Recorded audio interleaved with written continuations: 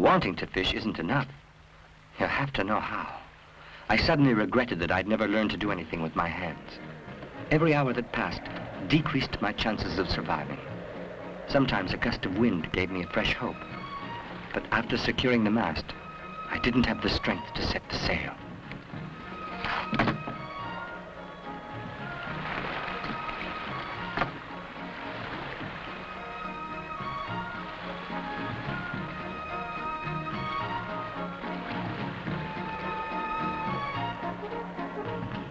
Ships evidently didn't sail through these waters.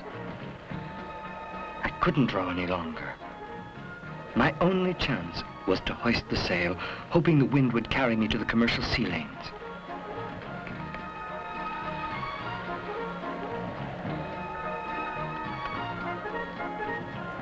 I finally succeeded, after great effort. From then on, the slightest movement was painful.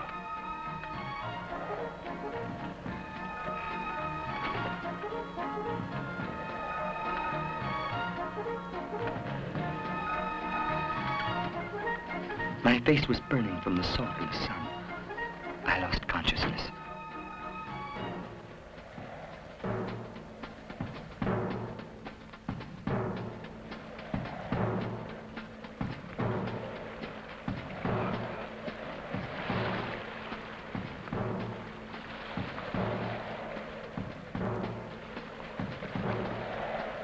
The wind came up. And the miracle happened. A Portuguese vessel sighted me.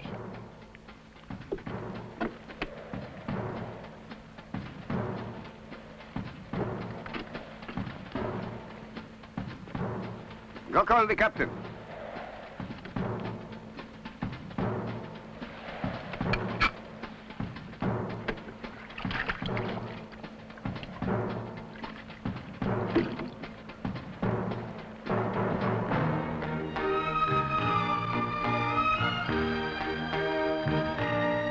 The Portuguese officer who found me told me later that he had almost left me there, fearing I was ridden with the plague.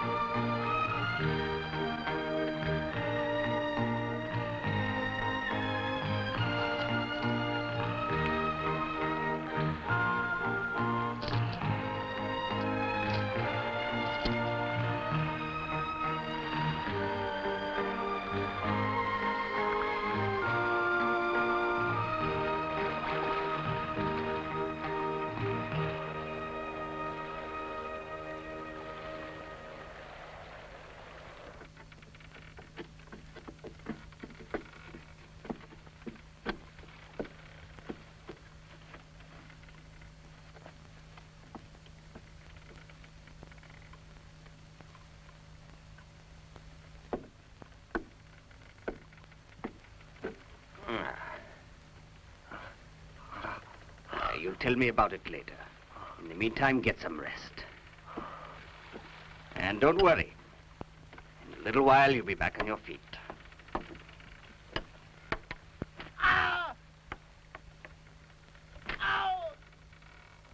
Yes. Once in a while, we have to use the whip. Unfortunately.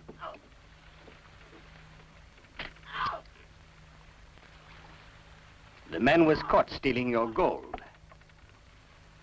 A tidy little sum. It was quite a temptation for a poor sailor.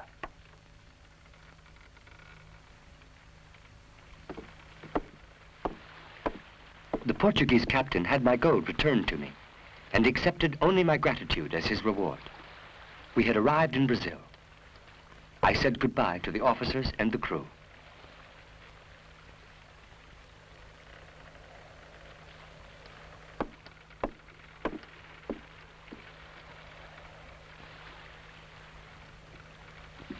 There was nothing to prevent me from living happily in Brazil. I was sure that my misfortunes had ended. Brazil. I had good luck there right away. Almost immediately after my arrival in Bahia, with Kazir's gold, I bought a parcel of virgin forest, which I cleared rapidly. I began by planting tobacco, then corn, and these crops succeeded admirably. I wasn't in any large way responsible for it. Everything grows in this blessed land.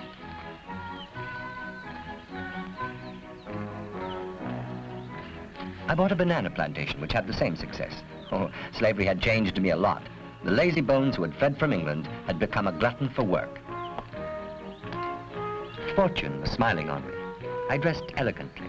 When the ships arrived from Europe, I bought the most expensive cloth, the finest stockings, the rarest laces. But I didn't throw my money around. I kept a strict accounting. My inbred English business sense guided me in all my transactions. I thought I was done with my life of adventure. I intended to spend 10 years in Brazil, then go back to England, my fortune made. Meanwhile, I was living happily in a house which I had had constructed according to my own plans.